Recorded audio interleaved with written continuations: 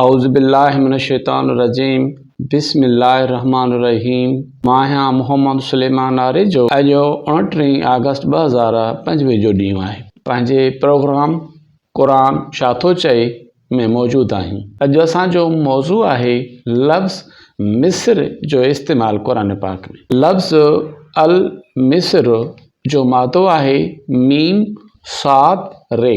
लफ़्ज़ अल मिस्र हर उन नंढे शहर खे चइबो आहे जंहिंजे चौधारी कोट वारी भित ॾिनल हुजे। लफ़्ज़ मिस्र क़ुरान पाक जे 4 सूरतुनि ऐं 5 आयतुनि में इस्तेमालु थियो आहे।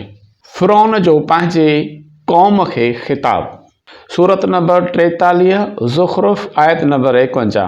ऐं फ़िरौन पंहिंजी क़ौम खे वॾे वाके ख़िताब करे चयो त ए मुंहिंजी क़ौम मिस्र जी बादशाही मुंहिंजी न आहे छा?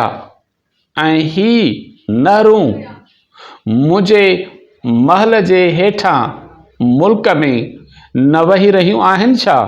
तव्हां नथा ॾिसो? अज़ीज़े मिस्र, सूरत नंबर 12 यूसुफ़ आयत नंबर 21।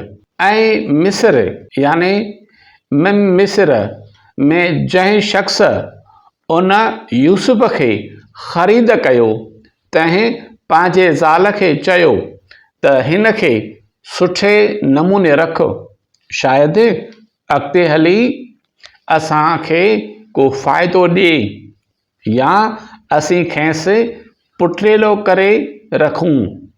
ऐं अहिड़ी तरह असां यूसुफ़ खे ज़मीन याने मिस्र जे मुल्क में जाइ ॾिनी त जीअं असीं खेसि मामलनि याने ख़्वाबनि जी हक़ीक़तुनि सम्झण जी तालीम ॾियूं।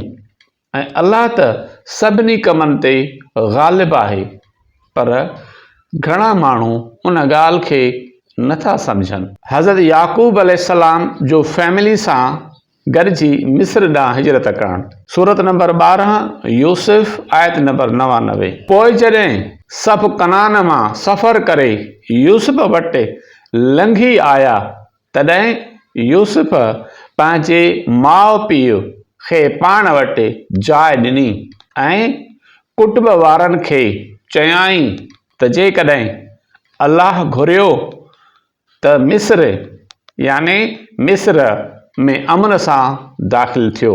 हज़रत मूसा ऐं हज़रत हारून अलैहिस्सलाम खे हुकुम थियो त मिस्र में पंहिंजा घर ठाहियो ऐं उन्हनि में मस्जिदियूं क़ाइमु कयो, सूरत नंबर 10 यूनिस आयत नंबर 87।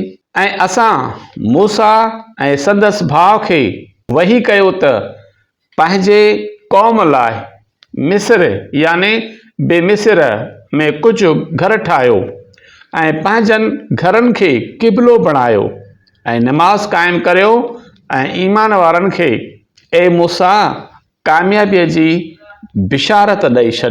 क़ौम मूसा अलैहिस्सलाम खे चयो त असांखे मन ऐं सलवा रोज़ न पर भाॼियूं बि खाराए, सूरत नंबर 2 बकरा आयत नंबर 61। ऐं यहूदियो उहो वक़्तु बि यादि करियो जॾहिं तव्हां मूसा खे चयो त ए मूसा असीं हिकिड़े ई क़िस्म जे ताम ते हरगिज़ सब्र न कंदासूं, तंहिं करे तूं पंहिंजे रब खां दुआ घुर त हू असां लाइ ज़मीन मां पैदा थींदड़ शयूं ॾिए, जीअं उन जी भाॼी याने साग, खीरा याने वंगियूं, कणिक, थूम, महरीअ जी दाल ऐं बसर।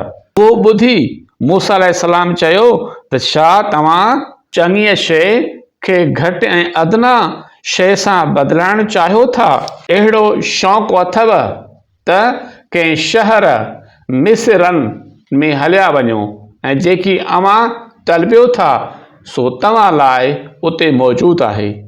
पोइ मथनि ज़िल्लत लाज़िम थी ऐं मोहताजी मढ़ी वई ऐं अल्लाह जे ॾमर हेठि आया। ऐं उहो हुन करे जो हू अल्लाह जे आयतुनि जो इनकार कंदा हुआ ऐं नबियुनि खे नाहक़ क़त्ल कंदा हुआ ऐं उन करे जो हू नाफ़रमान ऐं हथ खां लघंदड़ हुआ। जज़ाकल्ला।